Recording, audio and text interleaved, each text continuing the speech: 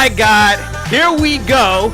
It's not just the return of the Blob. The Blob is here. It's the Blob Show. So the okay, Blob 773-966-2494 is the number if you want to call in. But if you're watching on Facebook Live right now, you already know. If you're listening on ChicagoLandSportsRadio.com or listening in post, guess who's back? Back again. I probably should have played that instead of returning back, even though it's a better song. But guess who's back? Mr. Eli Richardson. Elijah, what up?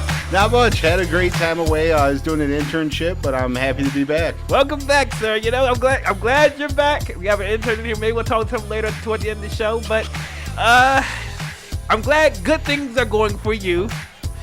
Well, wish we could say the same about the Cubs. That's why I didn't start with Go Cubs Go like I normally do when it comes to Cubs topics. But if you want to play Go Cubs Go, you want to score more than one run. In five straight games. 5 straight games. Haven't done it since 1934. Come on, man. That's crazy. Well, that's like the stat I saw earlier. The Cubs are 0 for 22 with runners in scoring position in their last 5 games. Don't you almost have to try to be that bad? Yes. I'm pretty sure I could get a sacrifice of some sort.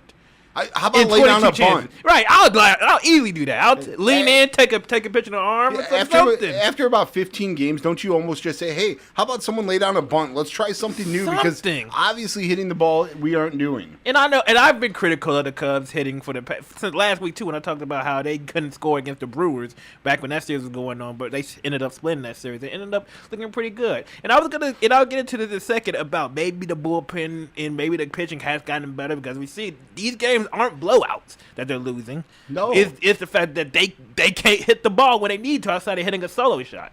But maybe someone that could help with that is Daniel Muphy. Daniel Muphy was traded to the Cubs yesterday. The Cubs sent first baseman Matt Adams to the St. Louis Cardinals on Tuesday, and the Nationals traded to Daniel Muphy to the Cubs.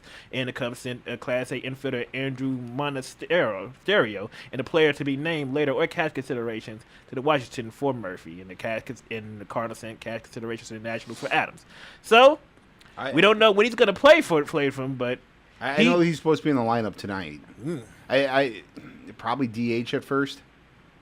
Maybe because you're playing Detroit in Detroit. I mean, that would make the most sense unless you slide him to second. You put Russell or Baez or you put him at second. You put Russell or Baez at short, and then you put Bodie at third. Yeah, you know that does make a lot of sense. It does make a lot of sense. What is your expectations for Daniel Muphy? I love the pickup. I mean, the guy's a postseason monster. I mean, we've seen him own the Cubs twice in the postseason, once as a Met, once as a National. When the trade came through yesterday, I was like, hey, that's a great move for the Cubs. I mean, it's a proven playoff bat, and, he's always been that guy who you look at his stats and he's consistent. Yeah. And, I mean, as a Braves fan, I'm glad he's out of the NL East finally. Currently, Daniel Muphy is batting 300, I believe. And if I'm not mistaken, isn't he like a career 299, 300 hitter? Yep, he's a career 299. He has a total of 1,380 hits in his career, 628 RBIs, 218 walks, struck out almost 600 times with 591, and out of 4,609 at bats right now. That ain't bad. So that's not bad at all. You tell me I'm getting and the other thing about Murphy is he's younger than I thought. Yeah. I thought he's like 36 and he's 30. He's 33. Yeah, 33. Born on April Fool's Day. April 1st, 1985. That's so great. I actually went to school with a kid born on April Fool's Day. I was like, dude, how do you do that? As a parent, man, just change the birth certificate. I cannot imagine how much crap he's gotten in school just for that. Hey, happy birthday, April Fool's Day. Oh, boy. I can only imagine how terrible that is. Well, I mean, Rizzo's comment's great right here. It says, I've seen Daniel carry a team recalling the 2015 National League Championship Series when he hit 529 against the Cubs. Yeah, that series made me sick. I legit was heartbroken because I thought that year, because they beat the Cardinals in the first round that year too. I thought, okay, this is the year they're gonna do it, and then they got destroyed.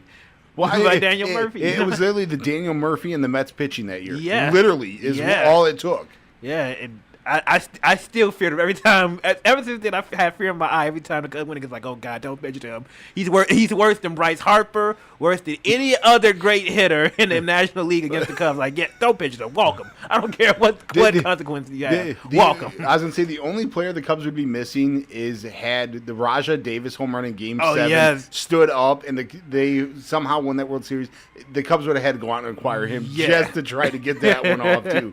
But since it didn't stand up, no one remembers it. But yeah, that Rajah Davis, when that home run was hit, I was like, no, don't tell me it's going in. Easily, probably, if they had lost again, that would have been the most heartbreaking sports moment I've had in my life. There's no doubt. Since I won't even say that's the 1 yard interception, because I was just dumbfounded by that, the interception at the 1 yard line. But since the San Antonio Holmes catch in the corner of the end zone against Larry Fitzgerald and the Cardinals, that's a good one. That would have been the most heartbreaking moment, because then at least I had more personal investment in the Cubs. Well, but with the whole interception, real quick, that wasn't a horrible call. Yes, it was. No. Yes, it was. I refuse to believe that was not a horrible call.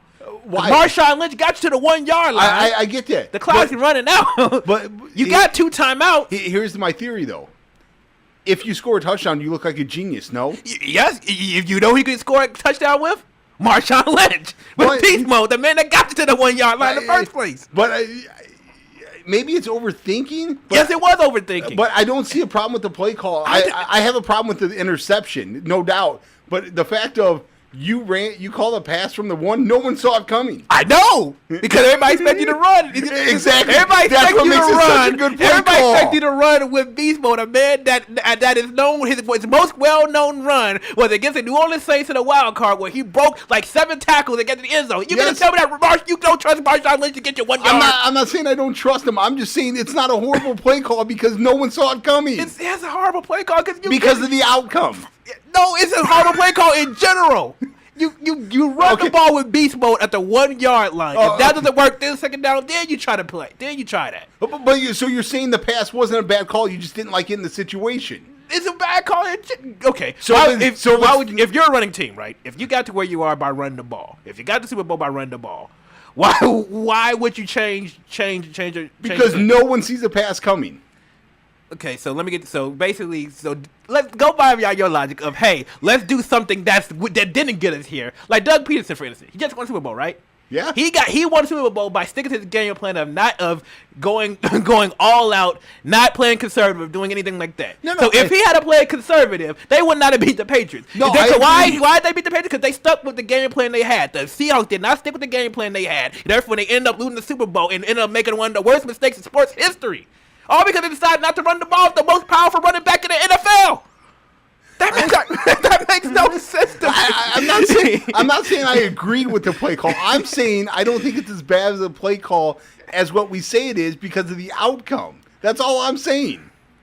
I get the dumb call. I get why people are angry with it. It's a really dumb call. It's one of the dumbest calls in sports history. I'm sorry, I don't agree with that at all. I do not agree with that. That's a good play call only because it worked. It's like, well, I don't know why he did it, but it worked. No, here's the thing. The Nick Foles touchdown when he caught it off the play. That's a genius clip. Not because it wasn't a dumb play call. It was 4th down. It was almost a similar situation. But if the pass is incomplete, we all say, "Why don't you run it?" That's a stupid play call. No, you don't ask why you run it because here's the difference is because it was 4th and goal from the 1. Yeah, but the difference is first of all that's not in the 4th quarter where you're trying to try from behind. That's still early in the game where that's a mistake that you can make up for ultimately. Number 2, it wasn't just a pass play. It was we're gonna run and have it pass to because nobody expects the quarterback. So you're saying if they ran play action, you'd have been okay with it? Maybe because worst case scenario, Russell Wilson gets sacked, the fumble. It's not nearly as bad as throwing a slant route in such a crowded way. And again, why don't you get the ball to Marshawn Lynch? The ball should somehow, some way be in Marshawn Lynch, even if it's for the split second or a play action. Okay, I'll give you that. The slant route was probably the bad. If it was a fade route, would you have been okay? No. Well, you have a better odds than a slant in the middle of the field? Yeah, I mean, I would not have been okay. I'm not okay with him having the ball in general. Maybe I would have been okay if it was a fade route in the worst case scenario, back of the end zone. Yeah, back corner. Right. Yeah, something like incomplete. Also, which I don't know if he would have had time for since it seemed like they were blitzing on that play too. They may have been. I mean, it's one of those. we always judge it in hindsight as opposed to in the moment, because you can't really judge the play in the moment. At the snap of the ball, you're just like, and then when he actually picked it off, we were all like, I don't believe that. There's a reason why Pete Carroll only has one Super Bowl. It probably will remain with one Super Bowl. You know, ultimately, because of that work the organization has been doing lately, and why I'm not a fan anymore, I'm glad they lost the Super Bowl in hindsight. Feel bad for Sherman, Cam Chancellor, and all those guys, but in terms of the organization itself, you guys only deserve that one Super Bowl considering what happened during this offseason. So hindsight 2020, I'm happy about that. I'm still salty about it because of the Patriots won. But because it was the organization in their stance on certain issues, hindsight, I'm happy about it. It's the Blob Show, ChicagoSportsRadio.com, 773-966-2494. We're supposed to be talking about the Cubs, but it ultimately goes into a Super Bowl from years ago. Let's get it back on subject. You're the one who mentioned it. You're right. This is totally on me. But we talk about the Cubs struggling, besides making it being dumb, them going 0 for 23 and running the scoring position. But Chris Bryant will be coming back soon. You know, they just got Daniel Murphy. When those guys do come back, how scary can this offense be? They're still because despite their struggling, they're still the number one team in the National League right now. Yeah, I think they can be good. Their bullpen's been good lately. Mm-hmm. I mean, it's been obviously if you were only scoring one run and you're losing 2-1, your bullpen's keeping you in games. I mean, there's no doubt about that. I think Bryant will be a help. That would allow Bodie to come off the bench, so that gives you another proven bat off the bench. I know he's a rookie, but Happ. I mean, you got plenty of options. You can even play Murphy until probably the 7th, 8th inning, and then bring Russell in as defensive replacement in close games. My big thing is just inconsistency. At the halfway point of the year, I would have put money on the Cubs to go to the World Series out of the National League. Yeah. Right now, I don't know if I would. I'm still them. But the difference between my opinion now and my opinion from weeks ago and even from the beginning of the season, the difference is now is the fact that they're only going to win one game. Whoever they're going against in the World Series, whether the Red Sox, Astros, Yankees, anybody, they're only going to win one game. Unless this offense really picks up within the last month or so, I can only see them winning one game in the World Series. I do think they're good enough to get there because that National League is just so wide open. You don't trust nobody because most of those teams are young and don't know. Right. Like, in terms of getting the World Series, I'm pretty confident. I'm not 100%, but I'm pretty confident. Who scares you the most in the National League outside the Cubs? I want to say the Dodgers, but even now they're on the outside looking in. Like I want to say them, but even then, it's so wide open. Is it the Cardinals? If they can continue this momentum, yes, the Cardinals can. If they continue this, yes, the Cardinals can make a lot of noise in this postseason. What about whoever's in the East, Atlanta and Philly? Do either of those? I don't know. You just don't trust them. I don't trust them yet. They still don't have my trust. They still don't. So that's why I feel like head off to both teams due to the fact that we both had them falling off by now. Definitely, and they're competing they're competing not just for a wild card, but to win their own division. So that's and they got the Nationals to wave the white flag, which neither one of us saw coming. Exactly. Speaking of waving the white flag, before we go to break, you Darvish done for the season. Are you good happy? Good move. About you gave him a 7-year deal, not a 1-year deal. Exactly. Shut him down.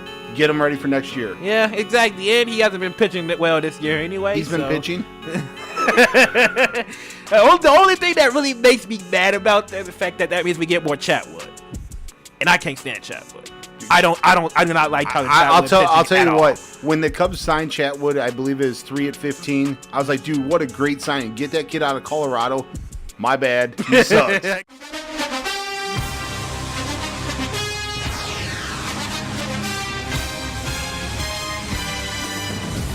Are you ready to hear the sounds of Joe Buck each Sunday on Fox? Can't wait. No flags. It's the Blob Show, ChicagoSportsRadio.com, 773-966-2494 for the number you want to call in. Bob here, Eli's here, talking some football.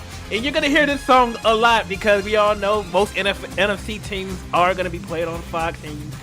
And if the Bears are good, you're going to be hearing Joe Buck. The Packers got Aaron Rodgers, so you're definitely going to be hearing Joe Buck a lot this season. But before we get to the Packers, let's talk about the Bears. It's at ChicagoSportsRadio.com. The Bears are a Chicago team. Got to talk about them. You heard my opinion for weeks about this. I said this team has to win 7 games at least But 9, they have to win 7 games, but they can win 9 or 10 of them, judging by the schedule. But nobody, the people here, maybe they haven't heard your opinion on this, Eli. So what do you think about this Bears coming up this season? I actually made it to Bears training camp earlier this year. Ooh. That was really fun. Me and my dad went. It was the first time I've ever been to a training camp. That was a great time. It really, you kind of get to see, how the players are looking in that. And me and you, before I went on my little sabbatical, we did preview the season, and I believe I had them at 8-8, and I think you had them right around that same. I do like the Bears. I think what's going to hurt is the division they're in. Mm-hmm. It's a very tough division. Yeah. With Minnesota, Green Bay, and Detroit. I mean, I don't think the Bears are awful. I still think they're probably about a year away. I like the defense. We're going to see how Trubisky grows. The hard part is Trubisky's learning a new system. Mm-hmm. And we usually see guys, takes about 2 years to get used to that new system.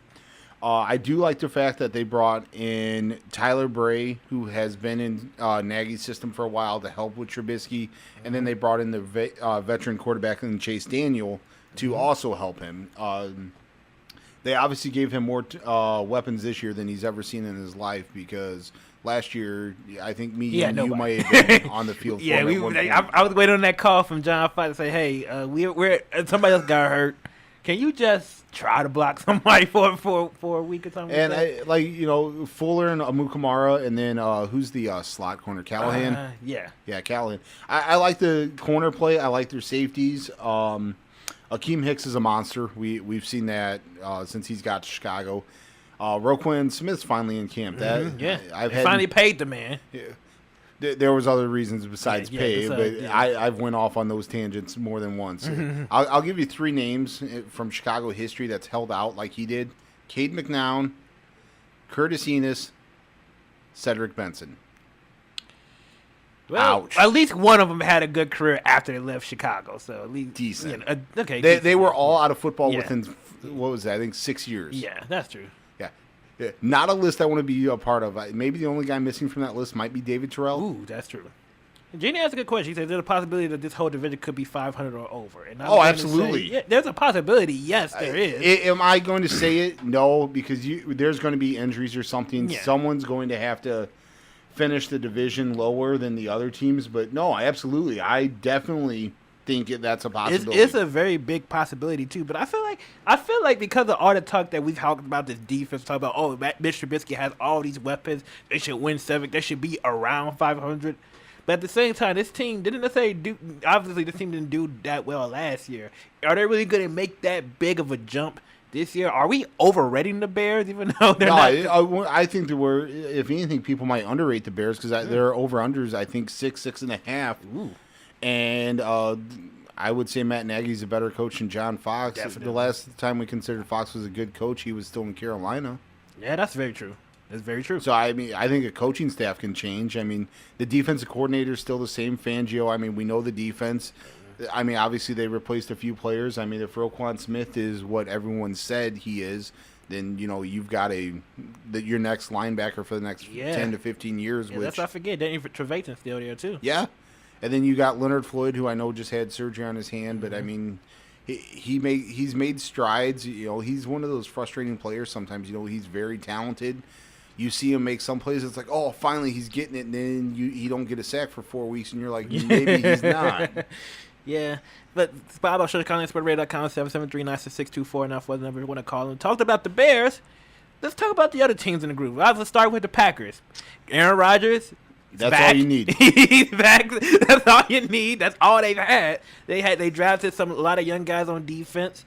The problem is they still don't have no protection for the dude. Yeah. How have you went from Brett Favre to Aaron Rodgers and have won 2 championships? Only one. Favre won one. You talking about that. One each.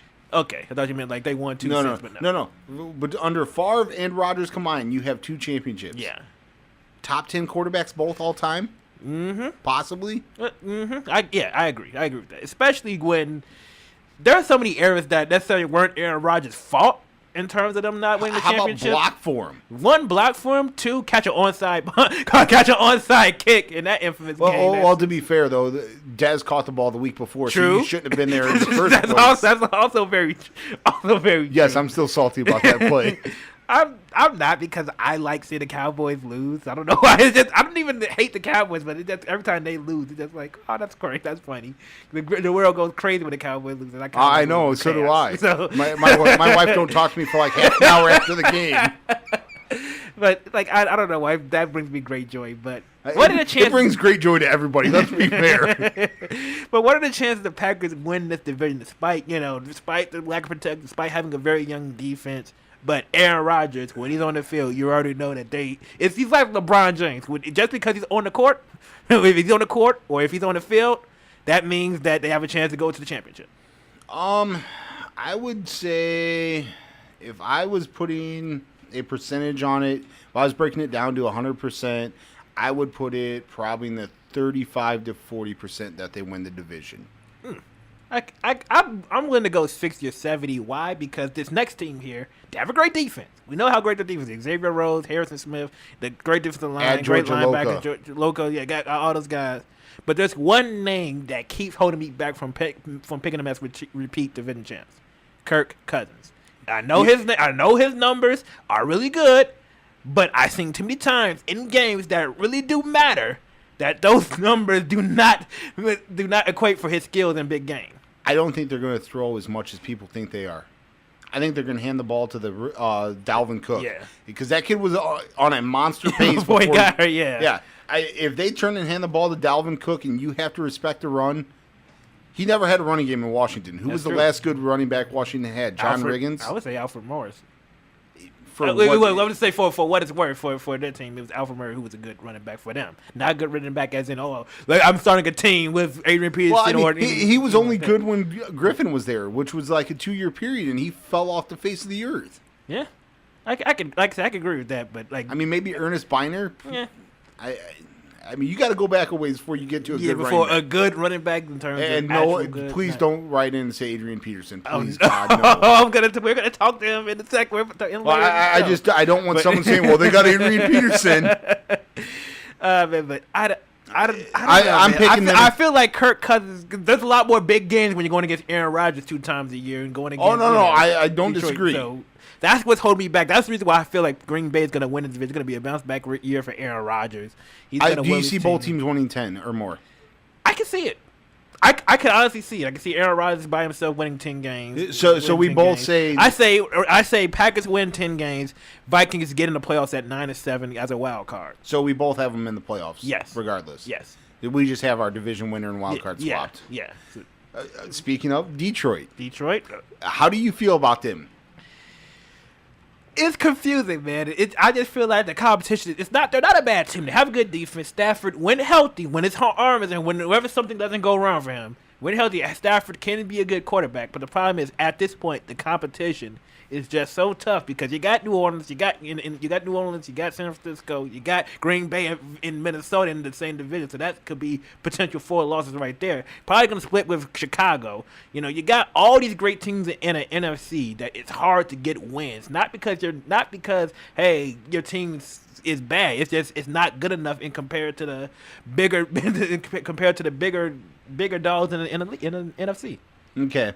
Let me ask you a question, because I do like the Kerryon Johnson signing or draft pick. I do like LeGarrette Blount. So, I mean, they're obviously trying to run the ball, something they've never done under Stafford. I do like Darius Slay, and I like the fact that Patricia is a defensive guy. They're over-under set at 8. If you had to put money on it, what would you put it on? A very tough 7-9 year with some really tough loss, like a missed some last-minute loss, either a game-winning touchdown, field goal against them, or missed opportunities by them. That's the way I see it. So you're saying under 8? Yeah, under 8, 7. They might finish with the same record as the Bears or slightly below the Bears. The Bears are 6.5, which I think we both would take the over. Yeah. And then real quick, Green Bay's over-under is 10, and so is Minnesota. That's really tough. I feel like the Bears and the Lions could end. Bears on a different situation. They're going to only win 7 games just because of the fact that they're a young team. They're going to make some mistakes. Mitch Trubisky isn't a perfect quarterback by any means. Lions are going to go 7-9 or 6-10 just for the fact that they're not good enough. It's simple. The competition is just too tough. Not just for the team. I would say over, under, over. In order: Minnesota, Green Bay, Detroit, and Chicago. Green Bay 9 wins. I could see them getting to 10. If I can't go push, so I will go under. But I could see them easily winning 10. I could see that easy. It's easy. So yeah, Bob Show coming for Radio.com. Bob here. Eli's here. You know what's kind of funny? What also the good laugh was also messing up that MLB schedule. Now normally around this time you would think they start flexing getting really important games that has playoff implications. Because we're at the end of August at this point. Yeah. And, I figured, okay, we're gonna put the Yankees. You're gonna have against the Red Sox, to have them against, I don't know, like the Mariners or some team in playoff contention, or put two teams in playoff contention that could draw a name on Sunday nights before football takes over. And so, what's the perfect game this Sunday on ESPN, Sunday Night Baseball, with nothing to watch? What's the perfect game you want to put on there? The Yankees. Okay, Yankees 79-46. 8 games back in the division. They're fighting for a wild card spot because, you see teams creeping up on that. So you would think, okay, who are they going to go against? I don't know, the Indians. Maybe they're going against the Astros or Athletics or Mariners. Nah, they're going to go against the Baltimore Orioles. Now, for those of you who don't know who baseball, the Baltimore Orioles suck. Terrible. Their current record, 37 wins, 89 losses. Currently the worst team in baseball. And in the division, they are 50.5 games back of the division. And they are 39 games back of a wild card. I think they are eliminated from wild card contention. Them and the Royals have officially been eliminated. They have officially been eliminated. So, that's like putting the Browns on Sunday Night Football. They got Buck Showalter. That's like putting Week 15 on Sunday Night Football. The Cleveland Browns versus let's see, what's a terrible team? Cincinnati versus the New York Giants. Last year's New York Giants that won 3 games. Who wants to? If you're a struggling sport, if you're a struggling sport, I'm saying this before I go to break. If you're a struggling sport, if you're trying to gain viewers, trying to make the game faster and all that stuff, you want to bring the appeal to the youth to make your sport.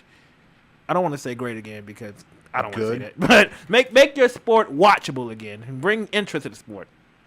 That's not how you do it. No, but to be fair, have you looked at the schedule? They didn't have much options.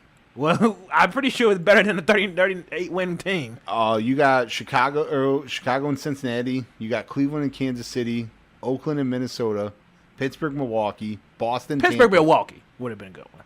Boston, Tampa would have been awful. But at least Pittsburgh, Milwaukee has struggled against Pittsburgh. Hey, here we go. We could do Atlanta, Miami since the Acuna thing last week.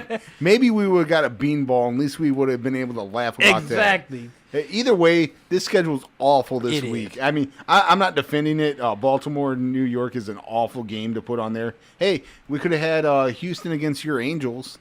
And that's without Mike Trout and now without Justin Upton too, so... Sorry. And I wear this shirt. Let's go to break. BobShow.com. We'll be back.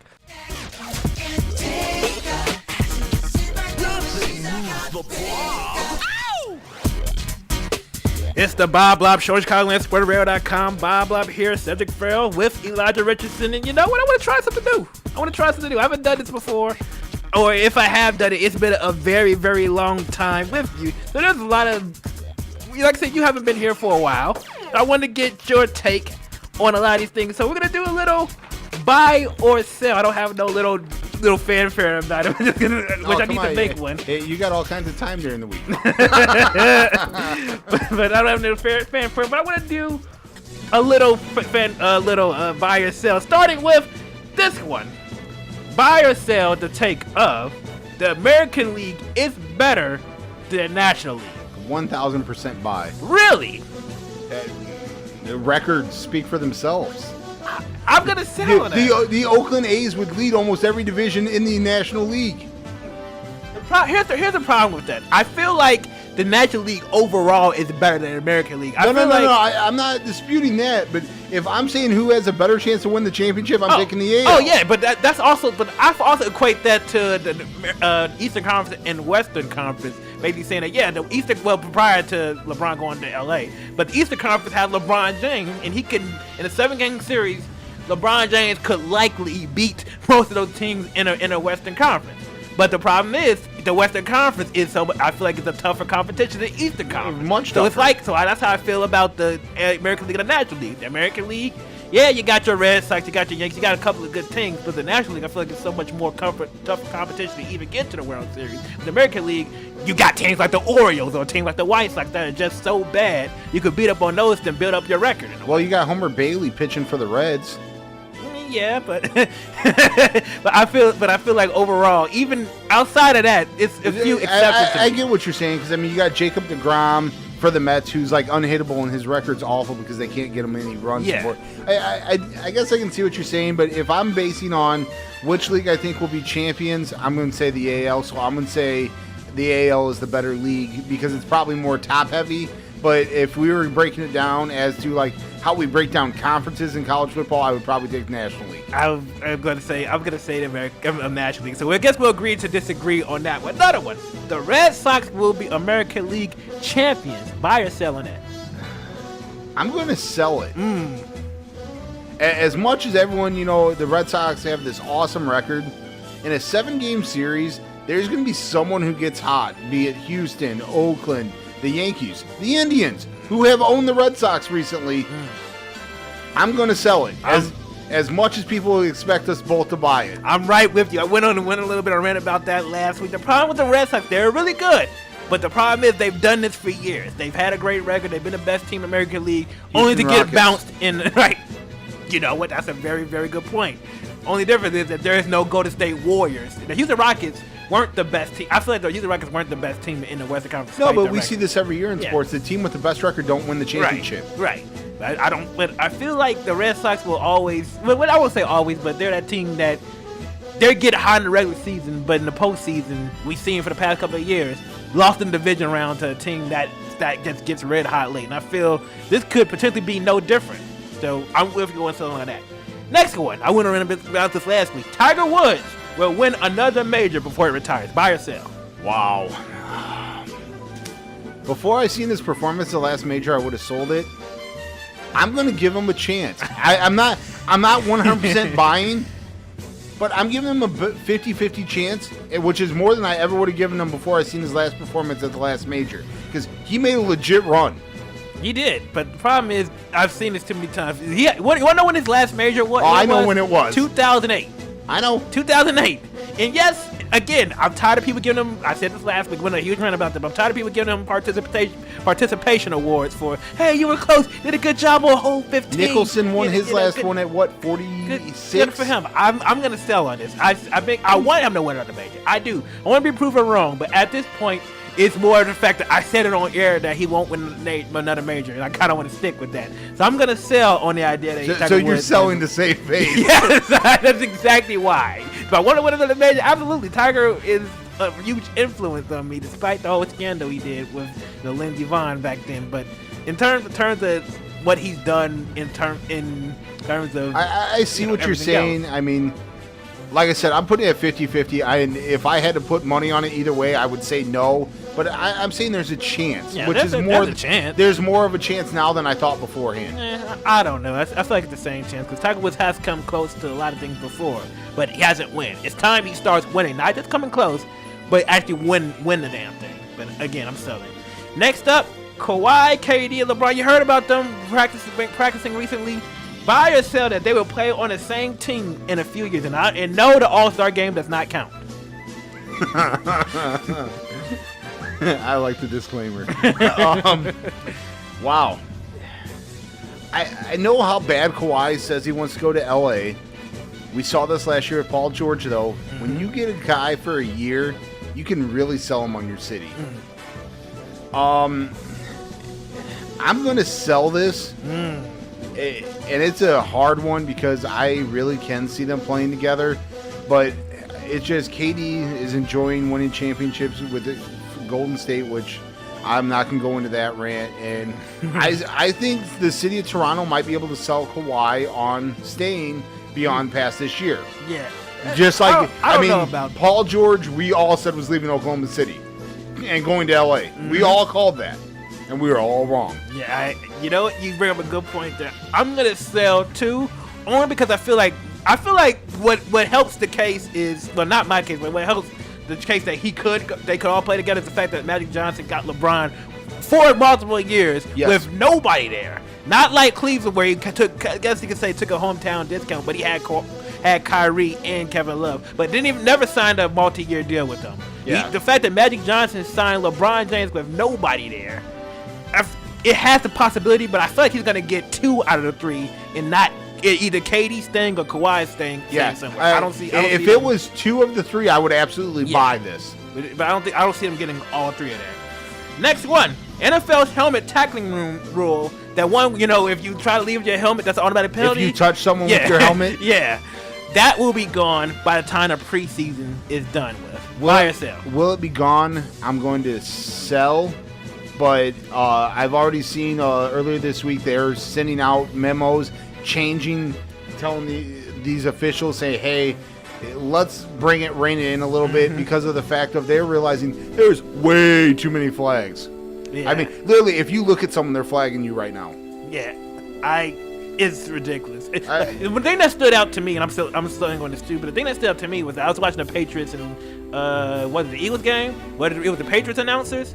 Even when there was a call against the Eagles defender, even they were trash. Like, yeah, that's a terrible call. They're saying how much they don't like the What was it? Week 1? It was week 2. No. Week 1. I'm trying to remember the stat. There was like 1,200 yards of penalty yards in 1 week of preseason football. That's awful. That's terrible. It's preseason though, so maybe they'll improve. That's why I don't know, because I don't watch preseason. I'll watch week 3. That's the only one that's the dress rehearsal. I'm with you. I just see the first half and it's like, okay, that's enough for me. Preseason's gouge your eyes out bad. Yeah, it's terrible. That's what sucks about having Orioles and Yankees on Sunday Night Baseball. I don't have no alternative. And there's no pay-per-view either, so I definitely don't have no alternative now. Good job, ESPN. Way to go, We're proud of you. You did a good job there. Next one, staying in football. The Browns will win at least 3 games this year. They won how many of the last 2 years combined? 2. No, 1. 1, yeah. 1, my bad. When I first saw this, I was like, I'll buy this. I looked at their schedule. I think I'm going to sell. I'm going to buy and say that they win at least 3, barring injury to a quarterback.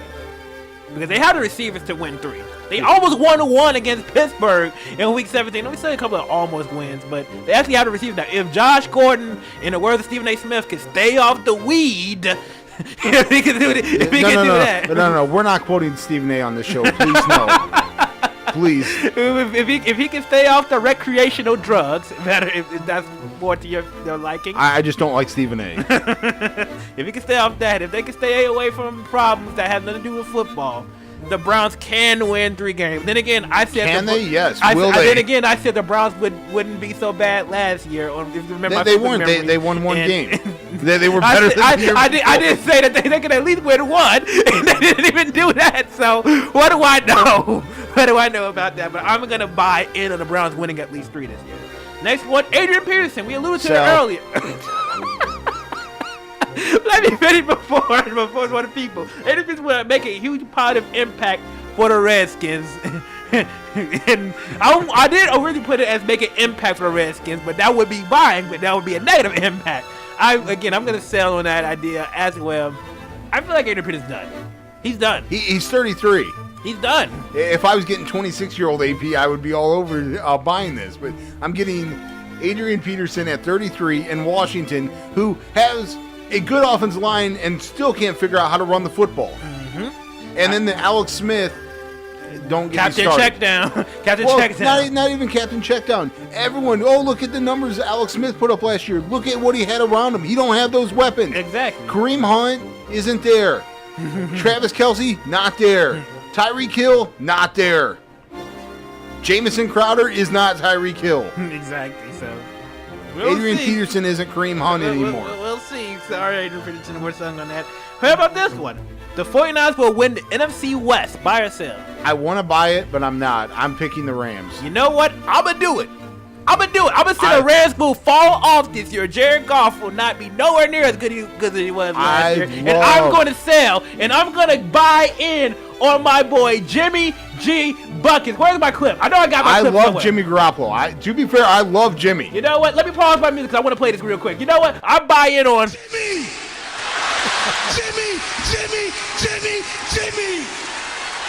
Jimmy G. Buckets will win the division. Mark my words. And he will MVP. No, I'm just kidding on that one. But he will win the division probably at an 8-8 or 9-7 record. We're going to play this clip again. When they don't win the division. I know this is a very bold I want this complete. I recognize how bold this prediction is.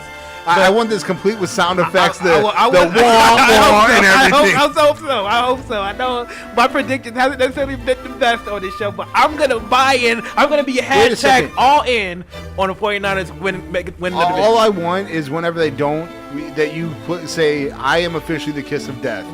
You know what? I like that. I want to be known as something, so okay. Okay, that's fine with me. That's fine with me. KOD. I'm going to get you a shirt made that says KOD. Oh, boy. And not the J. Cole album either. Next one. Joe Flacco will be the starter for the Ravens throughout the season. Buy or sell? Oh, wow. I'm going to buy it. I'm going to buy it. I think the Ravens are going to be in contention enough all year where they don't want to put Lamar out there without, the season being a complete tank job. So I'm going to buy it with no confidence. I'm going to buy it, too. I just feel like, again, as you said it perfectly. I feel like the Ravens believe in Joe Flacco. If they do get in playoff contention, at this point, who would you rather have in the AFC to stop Joe Flacco with his numbers? So, because of the championship pedigree alone, I feel like they are going to continue to go with him. Last two real quick. Patriots will be destroying the AFC before the Super Bowl, and the Eagles will be the best team in the NFC once again. Buy or sell on either of those. History showed don't bet against the Patriots. I don't want to buy it, but until they prove me wrong, I'm going to buy it. And I'm going to sell the Eagles because of the fact of last year you preached underdog. You were the underdog. You can't play that card this year. You are going to get everybody's best shot. So I will buy the Patriots, sell the Eagles. I don't want to buy the Patriots, but I've seen this story way too many times. You know what? I feel like I'm gonna sell on both of these only because I feel like I don't know. I have a weird feeling about the Patriots this year. I don't know why. I know last year it was kind of a foregone conclusion. People thought they were gonna go 6-0 once again. It was like no surprise that they were going to go to the Super Bowl. No surprise that they didn't win it, but it's really shocked that they went to Super Bowl. No shock there. No. This year, I don't know. I don't have like that same feel like, oh, they're the best team in the AFC. They're still gonna be the best team in the AFC statistically wise. I just feel like this is gonna be one of those years like where some random team knocks them down in the division round. I don't know. Who are you taking in the AFC? I don't know. That's the part that I can't think of. Well, if you're selling it, you gotta have someone in mind. I don't know. It's just a weird feeling. Houston? Jacksonville? I don't know about Jacksonville. Might be that team that falls off. I think they will. They could be that team that falls off. No, not Pittsburgh. I don't see Pittsburgh. I don't see Pittsburgh. I feel like it's gonna be a weird Super Bowl year where two random teams get together, like 49ers and Ravens win the Super Bowl that one year. So it's gonna be like two really weird teams that make it this year. That's how I feel about it. So throw a dart against the dartboard, and that's who's going. Yeah, Cleveland Browns versus the Detroit Lions in the Super Bowl. No, I'm just kidding. But it's a Blob Show. I will play that clip. Now, at least I was joking. Now I know I was joking on that one, but at least that's a joke. But Blob Show, radio.com. If that happens, he's playing that complete with. Yes. Mark my words. I told you all along. You thought I was kidding, but I was not kidding at all. That's going to be spliced together. It was a ruse all along. But the Blob Show is calling sportsradio.com 773-966-24 and 9 number you want to call in. Coming up next hour, talking wrestling, recapping TakeOver, recapping SummerSlam, and can you believe that Roman Reigns is now the Universal Champion? I guess you can say still champion because it's been 2 days since. But wrestling talk, we come back on the Blob Show the second hour on ChicagolandSportsRadio.com. Nothing moves the Blob. Sierra Hotel. Cal, India, Echo, Lima, Delta, Shield.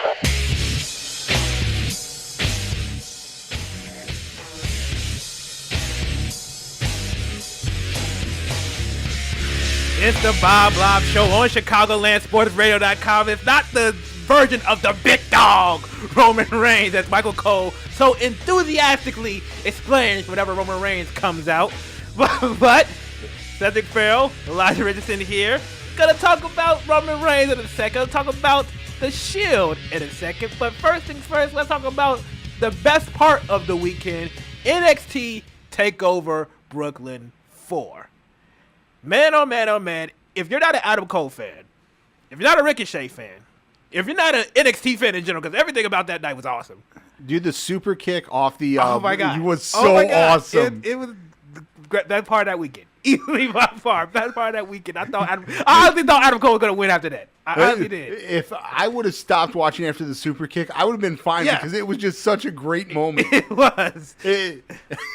I saw that and I was like, oh my goodness, that was so cool. The last 10 minutes of that match between Adam Cole and absolutely. is just an instant classic. It's the reason why every week when I watch NXT, it's like, yes, this is what I want. This is when Raw lets me down, when SmackDown can either be really good or meh.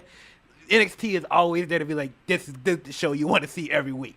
Can we just have a monthly pay-per-view from NXT? That would be so much better than the garbage we get now. It's ridiculous how Bad? inferior the actual product is compared to NXT. We got great storylines like Johnny Gargano and Tommaso Ciampa. Good match. One complaint. I did not like the ending to that match. I did not like the ending to that match at all. You don't have to like the ending. You had to see it coming. When he handcuffed him, I knew a screw job finish was coming. I knew it too. I don't like the dumb babyface though. I hate the dumb fake babyface syndrome that apparently everybody's suffering now. It happened to Asuka. Now it carried over to Johnny Gargano, and it sucks. It legitimately sucks. I feel like they could have thought of a better way to make Johnny Gargano lose to Ciampa. Oh, completely agree, but aren't they building that? Okay, you know what? We have to do this again now. Yeah, but at this point, if his injury, because I don't believe he's actually hurt. No. If this injury, I'm hoping to keep him not off TV, but keep him out for a while to build up for that. Don't do the famous WCW stuff where you have a guy hurt and then he miraculously shows up the next night like he's never hurt. Right, have him out for at least a month or two. And then you can build up to the takeover where it's the final one, and then obviously one of them going to get called up at that point. You got to call one of them up after that. Make the match a three-way. Have them both lose and call them both up because they both deserve it. No, I don't think it has to end with one decisive winner at some point. No, with Johnny Gargano, the way I see it, Johnny Gargano is going to have to lose to Ciampa one last time, then get called up, and then continue from there. Because I feel like you can still. I don't feel like Ciampa on the main roster is going to get the respect he deserves yet. None of these guys do. I mean, the only person that's ever – I'm trying to figure – there's got to be one person that still gets, like, a huge amount of respect that came from NXT. Well, Charlotte? Yeah, Charlotte. Charlotte's a really good one. That's not fair. Look at her last name. Charlotte's a really good one. I was just about to bring that up. Charlotte's a really good one. Look at her last name. I was going to say Kevin Owens, but he just jobbed to Braun Strowman. Only people that really got the respect from the classic Shinsuke? No, not Shinsuke. Well, not really. You have to go all the way to the beginning of the good NXT. And that's Seth Rollins. Yeah, I was just going to go. You have to go all the way back to the beginning where Seth Rollins has been pretty much been the main picture since getting called out. Whether it's with the Shield, the breakup of the Shield, going against Triple H at WrestleMania, the Intercontinental Champion. Now, obviously going on the best part of Monday Night Raw. So I feel like.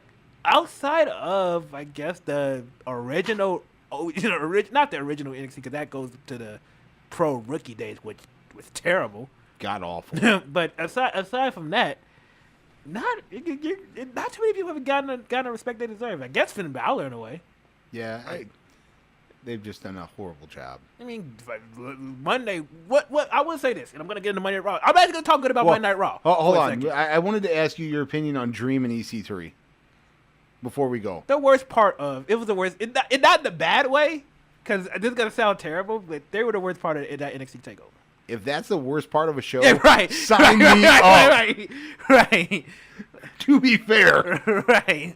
Like, so, like, that was the worst part of the show, but that's not even bad. The sad thing is the worst part of NXT would have been top part of SummerSlam. I think here's where we're different, because I thought WWE SmackDown SummerSlam featuring Raw squash matches was pretty good. No, I said the top part of it. Okay. I didn't say it was the best match on SummerSlam. It would have been the best match. Yeah. I'm saying it would have been better than half the crap we saw on SummerSlam. Yeah, exactly. Don't get sensitive, but but it would have been better. I censored myself. Yeah, good. But the problem with Raw is that most of the worst squash matches. Think about it. Think about it this way with SummerSlam. Braun KO squash match. Ronda Rousey. Now, granted, I was happy with a squash match. That's the match. If anything deserved to be a squash match, it was definitely Ronda Rousey versus Alexa Bliss. But again, that was a squash match. Oh, absolutely. Roman versus Braun. I guess you could say it was like a 5-10 minute same Balor match. Balor match, squash match. There you go. Which my biggest complaint about SummerSlam is this: the Demon. You don't use it for you don't use it for Roman Reigns in the Universal Championship. Which would have been really, really, really helpful. You don't use it for WrestleMania and a triple threat with Seth Rollins and The Miz. You use it on Constable Corbin. Why? Really? Really? Please explain to me why.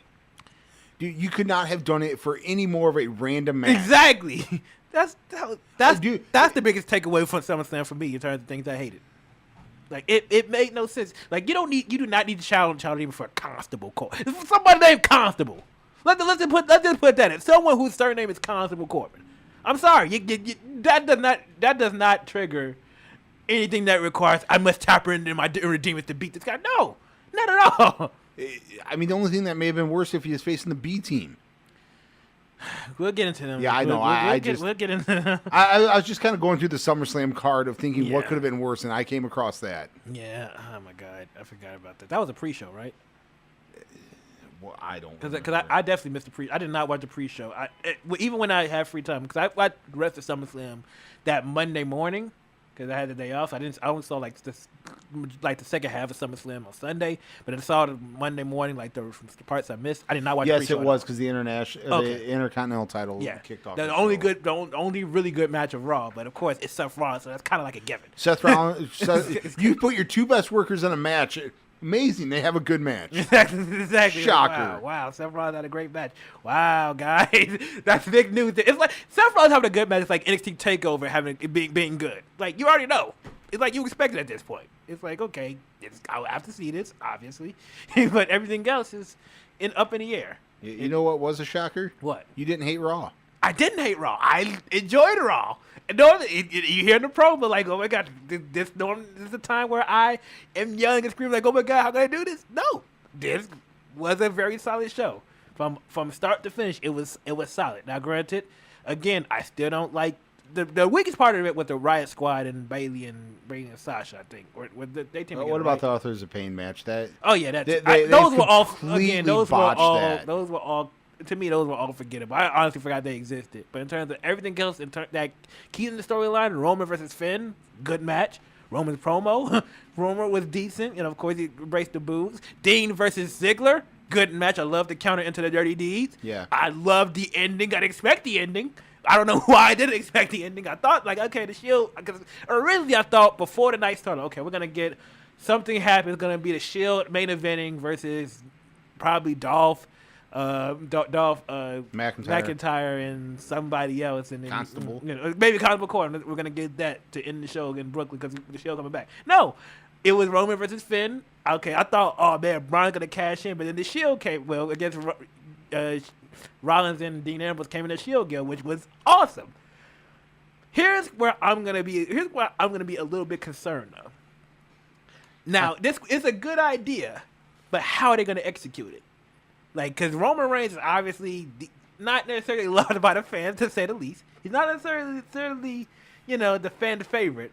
Seth and Dean are. And a good idea, not even saying turn Roman heel, but have them kind of be tweening toward, have the Shield be tweening toward, have them be treating toward that energy. Like, okay, we are going to protect Roman Reigns from getting cashed in at all costs, like to be the Hound of Justice. Like, and people don't like that. Have them acknowledge that they don't like that. I almost feel like this is going to be almost like Evolution. They're going to protect Roman for a while, and then one of them's going to split off and be Randy Orton and go, I want the title. Ding, maybe. I don't care who. The only problem with the Shield, quote unquote, splitting up again, you can't do it with Seth.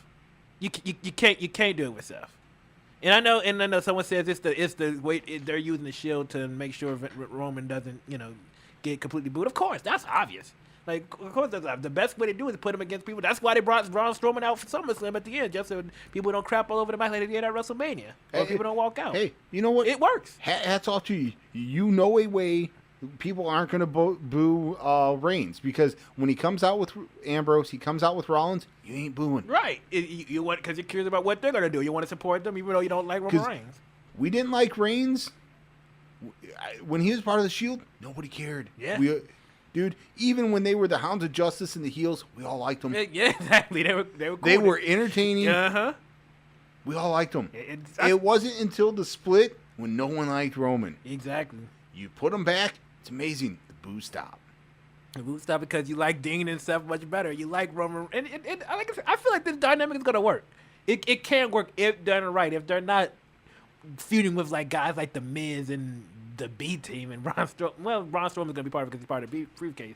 But I feel like this dynamic is really interesting with them being the protectors of Roman from getting cashed in. You know how would be the perfect way to split them up again? How? Is to have one of them accidentally cost the championship against Braun.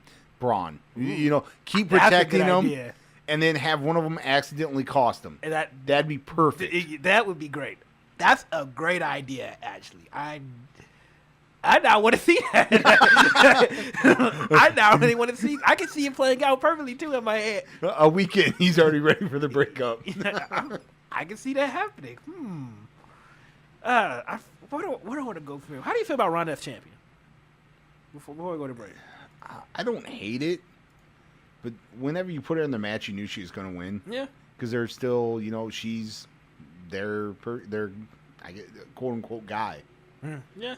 I feel like Ronda deserves it. Right now, Ronda does deserve it at this point. Because she's through. Because even if you put a squash match against Alexa Bliss, she's 3 for 3 in terms of pay-per-view matches. Had a good match at WrestleMania. Did a great, phenomenal job with Nia Jax. Yeah. And, and plus, you don't have any other women on the roster that can really. I mean, you got Sasha and Bayley, but they're doing their own crappy thing there. But will you please break them up? God. I don't know why they don't. What should have happened with Becky Lynch. Which we'll get into. You know what? Thank God they did that. Which we'll get into next segment. But what they did with Becky Lynch was exactly what they should have continued on to go through instead of that 1 week attack and then doing all these crappy segments and bringing them back together. That makes no sense. I do want to say one thing. I completely agree here. Triple H thing was pointless. It was. And that match could care less about. Should have been in every era. It really should have been in every era years ago. I would have been cool with it. The last one, the Hell in the Cell at WrestleMania, if you said that was it, I'm in. That was the perfect way. Dude, I'm done. But they got to sell tickets for the next pay-per-view. Not even pay-per-view. It's in Australia. What is it, the Australia or UK? It's called a Super Show or something like that. Oh, my God. Stop with what kind of generic? Are we going back to the Greatest Royal Rumble Part 2? It looks like it. And it's on the network, too. It's probably going to be broadcast at an unreasonably hour for us Americans, so. Hey, guess what? I'll do the same thing I did with the Greatest Royal Rumble. Not watch. It's the Blob Show, SportsRadio.com. I think we have more fun behind the scenes than we do on here. Oh, man. I'm not going to do it. That was something I wanted to say, but I'm not going to do that. But, yeah, off-air subject. Let's get very off subject. Let's just say, let's say I'm in a very good mood whenever I look on my phone a lot of the time. Some people will get that. But anyway, enough about me for a little bit. And maybe I'll get into a little bit, but it's been a while since you've been on the show. Yeah. And, obviously some people here might not know who you are or what you are. So, people may not know what you've been up to since your brief departure, brief sabbatical, as you like to call it, from this show. So, what's been up with you? I had an opportunity to do an internship at a radio station out by me in Northwest Indiana, and it required me to be there on my 2 off days from school. So obviously, I had to step away from this for a little bit. I really missed doing this, but the best part was my internship did end last Friday, but I did get hired part time doing board work for them. So is there an applause thing on here? 'Cause I would definitely use that right now. But you know what? In fact, you know what? Oh, let me see if I can find. I don't have an applause, but you know what? Say it again. Say it again. Oh, Say the announcement. Oh, the part-time job with the radio station. Woohoo! Here we go. Play the fanfare. Play the fanfare. Yes. Congratulations, good sir. Got hired part-time, full-time, whatever. It's the money you're making doing radio. Oh, absolutely. It is absolutely a fantastic thing. So I congratulate you on that. Yeah, I it was exciting. I was, they as soon as they offered me, I was like, yeah, absolutely, I'll do it. And they're like, we didn't even tell you what you're doing. Don't care. you want me to make you go make coffee runs for you? Exactly. Sold. Yep. I extremely feel you. Anything else going on outside of? Just family, work, and then school. Just kind of go. Yes, he just had an anniversary too, not too long ago. May, yeah. My youngest daughter's birthday was in July, so she's 7 now. And just been busy trying to get things together. Me and a buddy of mine's trying to get together and launch a podcast. Yes, I was just about to ask, like, if there's any podcasts of yours. I was just about to ask that question. We are actually looking at doing a fantasy podcast. Ooh, nice. We're trying to launch it with week 1 of the NFL season. Nice. We're doing a test run, I think, probably in the next week. Devontae Stone wants to hear it and kind of critique it for us. So that's very good. That's very good. Good of you to look for a second opinion on it before you put it out. So, yeah, very good. Very good. We're messing around with names, but right now we think we're gonna go with the contrarian play. just the play on fantasy, contrarian, and so we'll see how that goes. Yeah, how many leagues you in part of? 0. I do not do fantasy sports. I give advice. Okay, all right. Time out for a second. Time out for a split second. Let me take a 4. I'm not even gonna take a 30. I'm gonna take a 4 for this. So, you doing a fantasy podcast? Yes.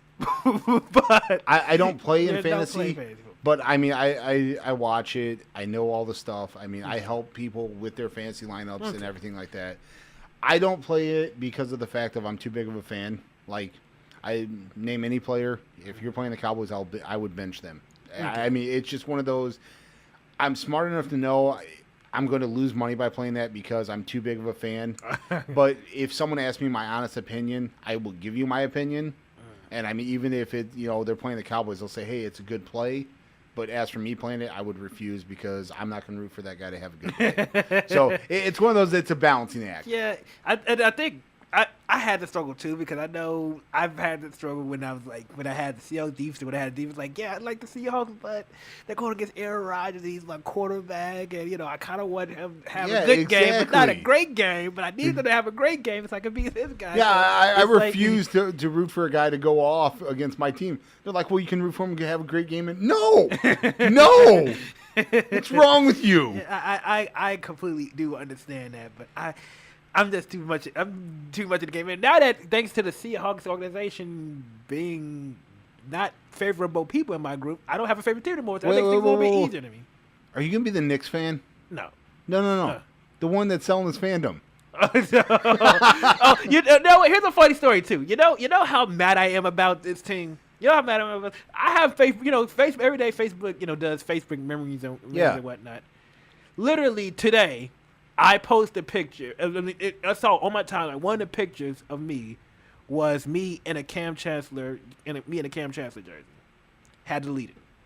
That's how sick of my stunk I am. Believe me, I love Cam. Cam is one of my favorite defenders in this modern era of football. He's one of my favorite defenders of modern football. But that organization, with their comments, is saying that they want to make the little bit quieter because everybody wants to talk about social justice in the NFL because that's the right thing you need to be concerned about in this country, especially with the way things are going.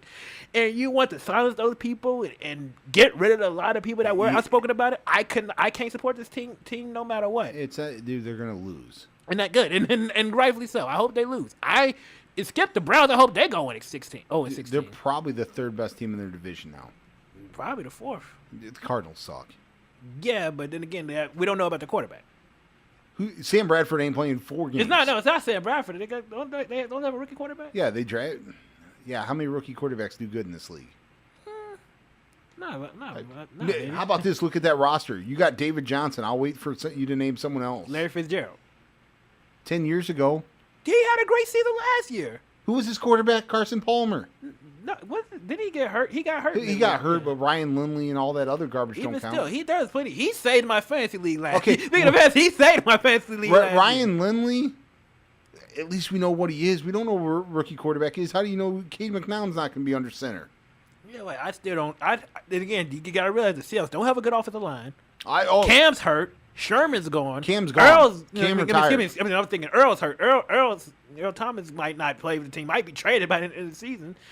Cam's retired. Sherman's gone.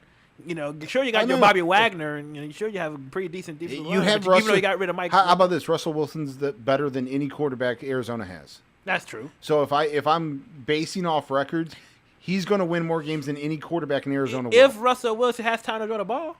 He can run for his life. That's better than Sam Bradford can do. Did they make the playoffs last year? And that was with how many games did Arizona win?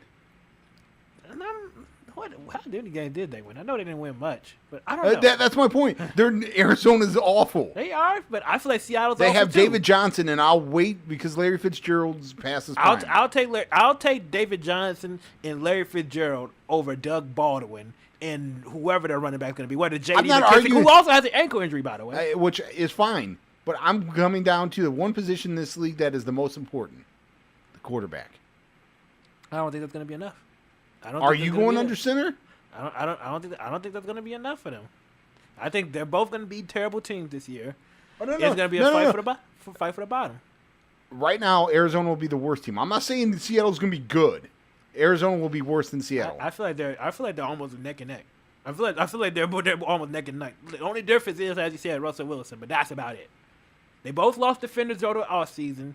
They both. I mean, I take a somewhat better offensive line, Larry Fitzgerald and Johnson over Russell Wilson, Doug Baldwin, and they lost Jimmy Graham too. Let's not forget that. Lost Jimmy Graham to Green Bay.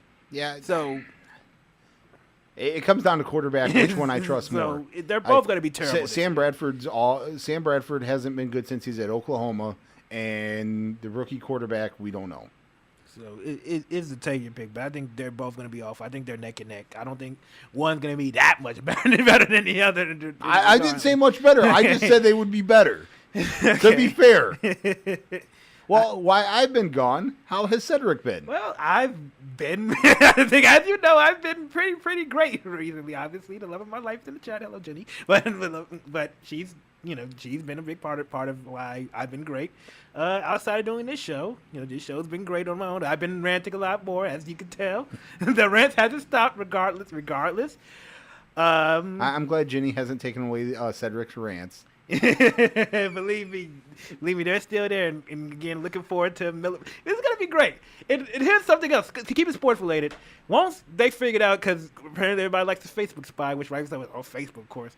One of my friends messaged me about her, said, not knowing her that much, obviously not knowing her at all, really. Yeah. But looking at her, she's from Wisconsin, so you know what that means to turn the sports world. Bears and Packers, not a big deal because I don't love the Bears. I like the Bears; they're cool and all, but I don't love the team. Hometown team, hometown team, whatever. Like I don't care. I like Aaron Rodgers. I like the Packers too. So good for them. Like whoever wins those games, good for them. But here's the real issue. I guess you could say the real issue, quote unquote, the lovers' quarrel. Her Brewers, my Cubs. And so we have our little. The good thing for you, the Brewers are fading quickly. Is it okay? Let me ask you this question, because she does love sports too. Let me ask you this question: is that good? Is that really a good thing that her Brewers are fading and my Cubs aren't? For you, no. Exactly. It's good, but is it good?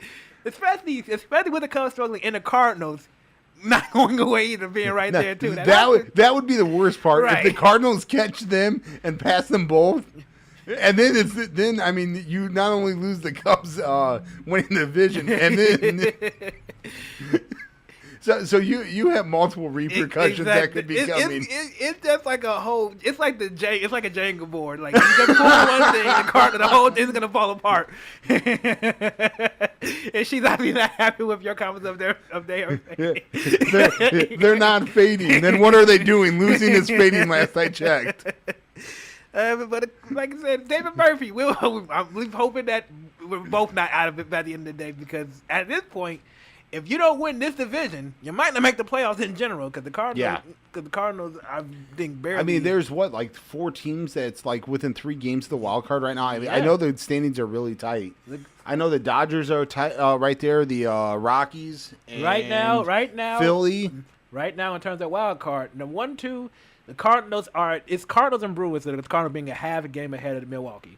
Right behind them is 68 wins Philadelphia. Behind them at that is Colorado. 67 wins with the Dodgers, 63 with the Nationals, with 6 games back. But the Dodgers are the closest team outside of the Phillies and Rockies, which are only half game back. Dodgers are 2.5 games back. So it's not over by any means. It was a big surprise is that the Pirates are still 6.5. All these teams collapse and they have a chance. We've seen this, which is how St. Louis got in the first place. So what was it? A few years ago, the Atlanta had the huge epic meltdown at the last year, and who was the team before them that had that epic meltdown? The Boston Red Sox.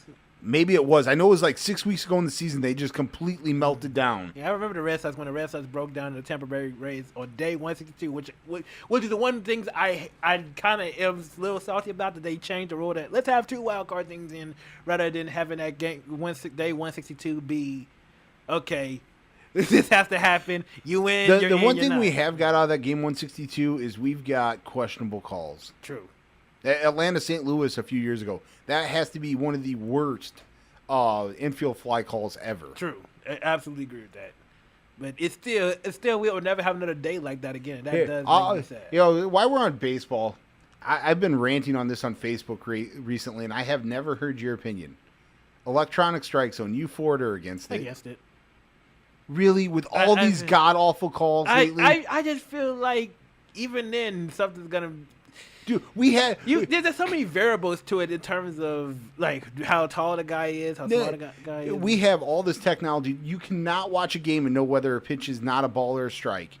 Dude, we're watching balls be knee-high in the middle of the plate get called balls now. But then what happens if for electronic strike zone, as a Cubs fan, you should be more furious than anybody in the Rizzo play. Yeah, but at the same time, before to let it go, obviously it's gonna vary. There are gonna be people that's gonna be unhappy. What's gonna happen? Are people gonna see what their strike zone is before they go out there?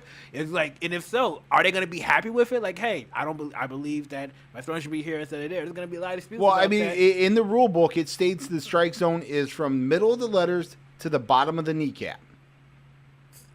I just feel like if it does happen, it has to be perfect. If it does, it has to be absolutely. It don't perfect. have to be perfect because it's got to be better than what we're getting now. We're getting balls 6 inches off the plate called strikes, and balls in the middle of the plate called balls.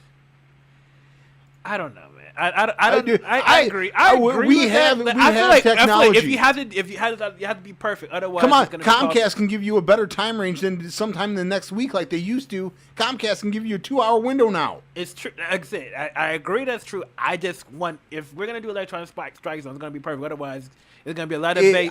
It's gonna be a lot of base, and people gonna say like, I missed the human element. No. That is the dumbest argument I hear. Is the human element? You know what the human element is? It's called the players.